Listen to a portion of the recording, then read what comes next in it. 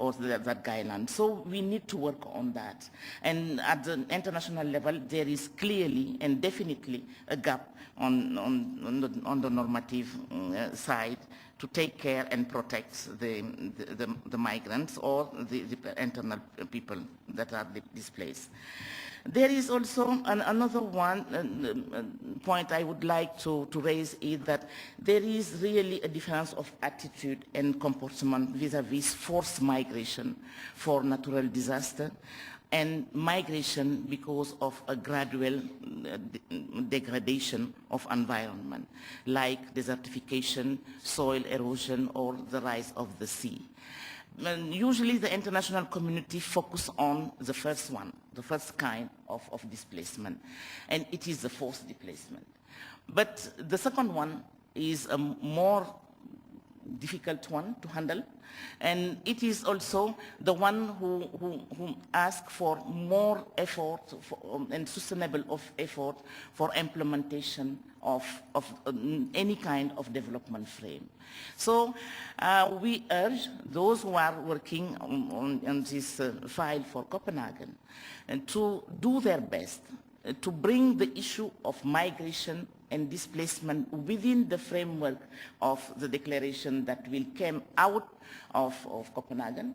It will be the successor of the Kyoto and the roadmap, the Bali roadmap.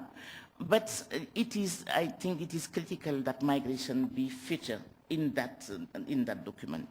Lastly, I would like to give you one policy option. We think that can also breathe a little bit the adaptation strategy we are proposing on migration issue and environment-related problems, is that how can we have design, and I'm sorry, I'm Francophone, and it is difficult for me to be fluent in English. You're doing just wonderfully, John. Yeah, thank you, nice. But what we would like to say is how can we feature migration and environment within the development frame? We have absolutely to move these problems from exclusively the humanitarian side and to install that in the development frame. I think it is our best way to secure that migration and environment are linked to the other determinants of development we have, including health and education and so on and so forth. And, lastly, we would like to give four main remarks. First, how to build synergy between actors and institutions from development, humanitarian, and adaptation field, first. How to formulate a comprehensive policy and to mobilize resources to facilitate the leap from purely reactive to more proactive stance in face of these challenges, and how to work more on preparedness. Also, it's our third proposal. And last one, but not least, how to better understand the full range of environmentally induced human migration field. This is the four proposals that IOM would like to do and share with you, but it is absolutely imperative to put it in writing. And it is up to the government that work on that field to bring this issue. And what I did not understand this morning, and even in the broader framework of this global humanitarian forum, is that some governments are not showing up at all. They are, ultimately the responsible of the national adaptation plan. They are the one who have to say what is missing in their plan, in their national plan, to allow them to meet the needs that their population have, or themselves are responsible, political responsible of their population. And this is not, I did not see, perhaps tomorrow or later on, but I think that it is time to give the floor also to those who are accountable and those who own the process.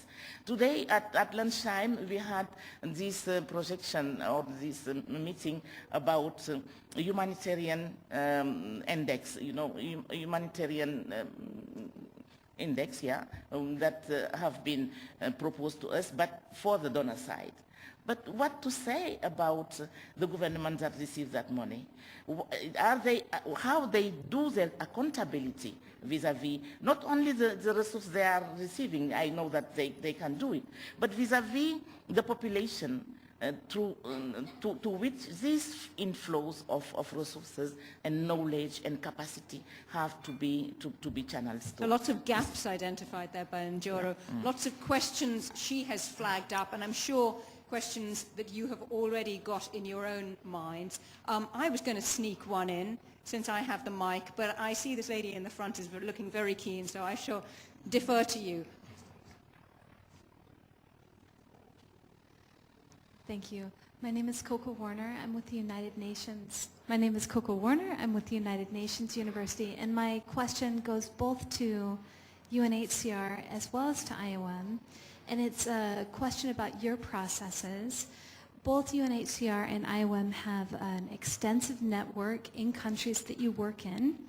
And I'm wondering what ministries, if you work with ministries, in developing countries you work with, is it primarily human mobility, like migration ministries? Do you work with environmental ministries? And the reason that I ask is in the climate negotiations, almost all of the delegates at least from developing countries, are from the ministries of environment. And it is through those ministries, if I understand it correctly, that national adaptation plans are largely formed. So I'm wondering if you have a way to help us bridge that gap in awareness raising, as well as the very concrete things that will need to be done after Copenhagen. Thank you. Did you get that question, Yes, Craig? I did. Excellent. Why did you go and first? I think you point to a very real problem, and that is that I do think that there's an awareness gap that exists not just in the developing world, but also in the developed world in terms of the importance of some of these issues. We deal with a wide range of ministries, as I'm sure does IOM. We are forced to, being responsible for the health care of people. We deal with health ministries, being responsible for sanitation. We work with water ministries. We work with lots of different ministries, and certainly ministries of environment. Increasingly, we find ourselves in front of ministers of environment all of the time because of the environmental consequences of refugees in the world, which is a growing area of concern to host countries and to us as well. So I think that we have responsibility there to play a role with respect to increasing awareness, which I just wanted to clarify something that I said at the beginning in this vein, and that is that although I think I don't need exhortation before this group, once we leave this room, I think exhortation is one of our prime tools.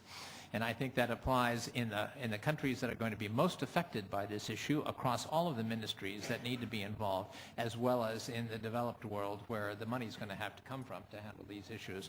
I think I don't want to minimize the importance of exhortation outside of this forum in terms of getting that job done. You are absolutely right. And I think we better work on this vein, all of us. But what IOM is doing, and perhaps it is also another way to tackle the problem, is to help the countries to build more coherence, when they have this kind of cross-cutting issues. And the Ministry of Migration, and I think they are little ministries of migration. And so migration is so vast, and so plugged in every ministry, home affairs, foreign affairs, development affairs, and so on and so forth, that having an interministerial committee taking in charge the migration issues is something on which we are organizing and helping countries to build on. And when something is related to migration, like health and migration, environment and migration, habitats and migration, education and migration, we have an agenda to set up and to invite everybody to come in. But even that, IOM as an intergovernmental organization can only accompany the government itself.